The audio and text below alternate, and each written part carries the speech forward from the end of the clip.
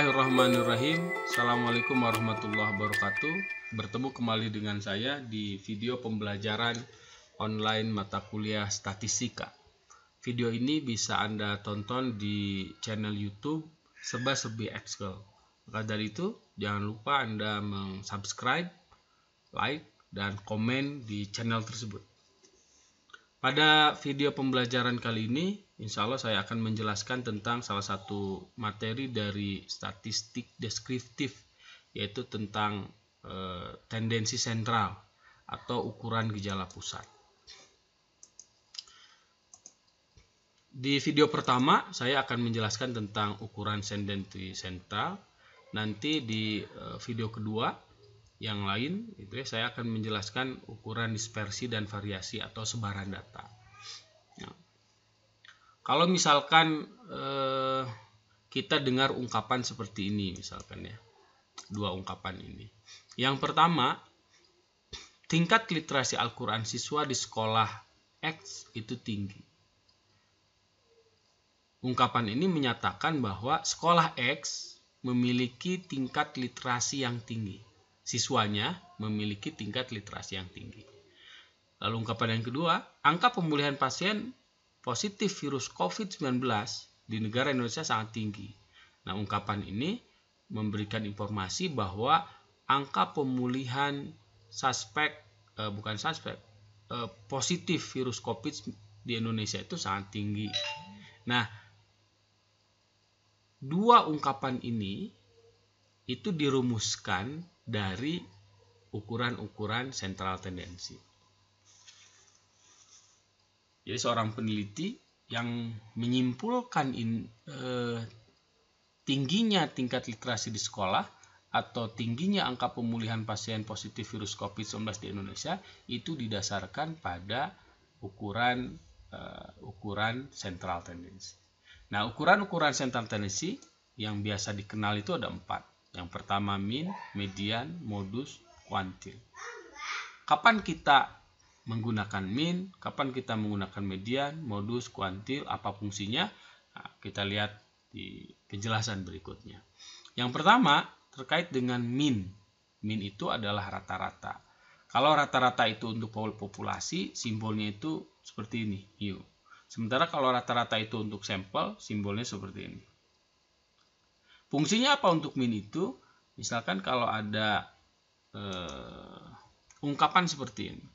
Siswa sekolah A memiliki tingkat literasi yang lebih baik dibandingkan dengan siswa sekolah B. Nah, dari mana ungkapan ini disimpulkan? Ungkapan ini dirumuskan dari ukuran rata-rata. Jadi ketika rata-rata tingkat literasi sekolah A, siswa di sekolah A dibandingkan dengan rata-rata tingkat literasi siswa di sekolah B, ternyata rata-rata siswa di sekolah A lebih tinggi daripada sekolah B. Makanya disimpulkan tingkat literasi siswa sekolah A lebih baik daripada siswa di sekolah B.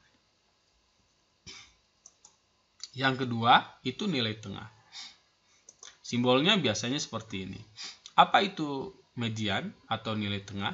Nilai tengah itu adalah satu titik, satu ukuran atau satu nilai yang membagi data menjadi dua bagian yang sama besar. Jadi median itu posisinya ada di tengah-tengah. Setelah data itu diurutkan dari nilai terkecil sampai nilai tertinggi. Nah, di tengah-tengahnya itu adalah median. Jadi kalau ada misalkan diketahui nilai median dari satu data itu 75, maka bisa disimpulkan 50% data itu ada di bawah 75 dan 50% sisanya ada di atas 75. Nah, itu median. Sementara yang ketiga itu modus. Modus itu apa? Data yang sering muncul. Biasanya simbolnya seperti ini. Kapan ukuran modus itu digunakan? Nah, salah satunya misalkan ada ungkapan seperti ini. Mayoritas kemampuan membaca Al-Quran siswa ada di level tingkat terampil. Misalkan seorang peneliti mengecek kemampuan baca Al-Quran siswa di satu sekolah. Misalkan sampelnya 30 orang. Nah, dari 30 itu ternyata 20-nya itu ada di tingkat terampil. Nah, angka 20 itu taunya dari mana? Nah, itu ukuran modus. Jadi data yang sering muncul. Sehingga bisa disimpulkan mayoritas kemampuan baca Al-Quran siswa ada di level tingkat terampil. Kenapa? Karena 20 dari 30 data itu kemampuan baca Al-Qurannya tingkat terampil. Itu modus. Sementara yang keempat itu kuantil. Kuantil itu adalah titik yang membagi data menjadi beberapa bagian yang sama besar. Kuantil itu ada 3. Yang pertama kuartil, yang kedua desil, yang ketiga persentil. Kalau kuartil itu titik yang membagi data menjadi 4. Makanya kita akan mendapatkan kuartil 1, 2, dan 3. Ini 1/4, ini setengah, ini 3/4. Nah, kuartil 2 ini karena membagi data jadi 2 itu sama dengan sama dengan median. Jadi median itu nilainya akan sama dengan kuartil 2. Sementara desil itu titik atau nilai yang membagi data menjadi 10 bagian. Kita akan menemukan D1, desil 1, desil 2 sampai desil 9. Nanti desil 5 itu akan sama nilainya dengan kuartil 2 dan dengan median. Karena desil 5 itu membagi data jadi 2. Gitu ya. Sementara persentil itu membagi data menjadi 100 bagian. Kita akan mendapatkan nilai untuk persentil 1 sampai persentil 9. Persentil 25 itu sama dengan kuartil 1. Persentil 50 itu sama dengan desil 5 sama dengan kuartil 2. Sementara persentil 75 itu sama dengan kuartil 3. Nah, kalau dilihat seperti ini gambarannya. Jadi kuartil 1 itu sama dengan persentil 25. Karena 1/4. Ini juga 1/4 dari 100. Kuartil 2 setengah. Desil 5 itu setengah juga. Persentil 50 itu setengah juga. Dan median. Dan kuartil 3 itu sama dengan persentil 75. Nah, itu kurang lebih penjelasan umum terkait apa itu min, median, modus, kuantil. Lalu selanjutnya, ketika ada 3 data, min, median, modus. Data mana kalau kita jadi peneliti yang sebaiknya kita gunakan? Atau kapan kita menggunakan min, kapan menggunakan median, kapan menggunakan modus? Nah, sebelum menjelaskan itu kita lihat dari sebaran data. Kalau data itu seperti ini, simetrik gitu ya. Datanya banyak di tengah di sini, itu akan menghasilkan nilai min, median, dan mod yang sama. Sementara ketika satu datanya miring ke kanan atau miring ke kiri, itu posisinya akan seperti ini. Posisinya akan seperti ini. Nah, untuk min rata-rata itu ukuran ini biasanya cocok digunakan ketika datanya bersifat simetrik. Karena biasanya rata-rata ini atau data yang bersifat simetrik itu digunakan untuk menginferensi.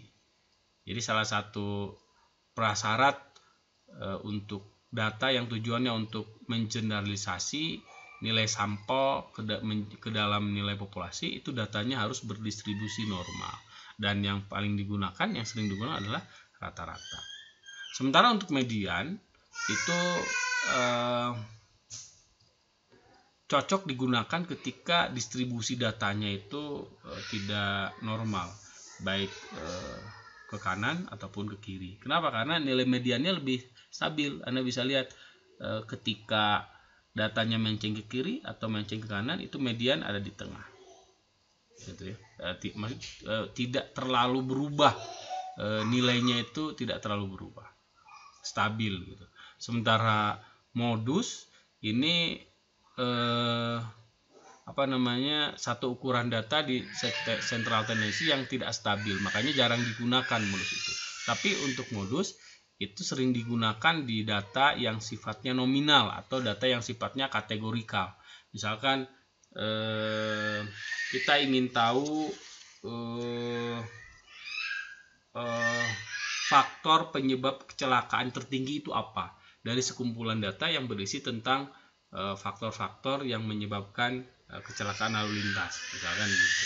Jadi di data yang nominal atau data-data yang sifatnya kategorikal, itu yang paling cocok digunakan itu adalah modus. Saya kira itu saja penjelasan dari saya di video kali ini tentang ukuran gejala pusat. Untuk latihannya Anda bisa tonton di video yang lain terkait ukuran data, mengukur sentar tendensi dengan bantuan Microsoft Excel. Saya kira itu saja. Terima kasih. Assalamualaikum warahmatullahi wabarakatuh.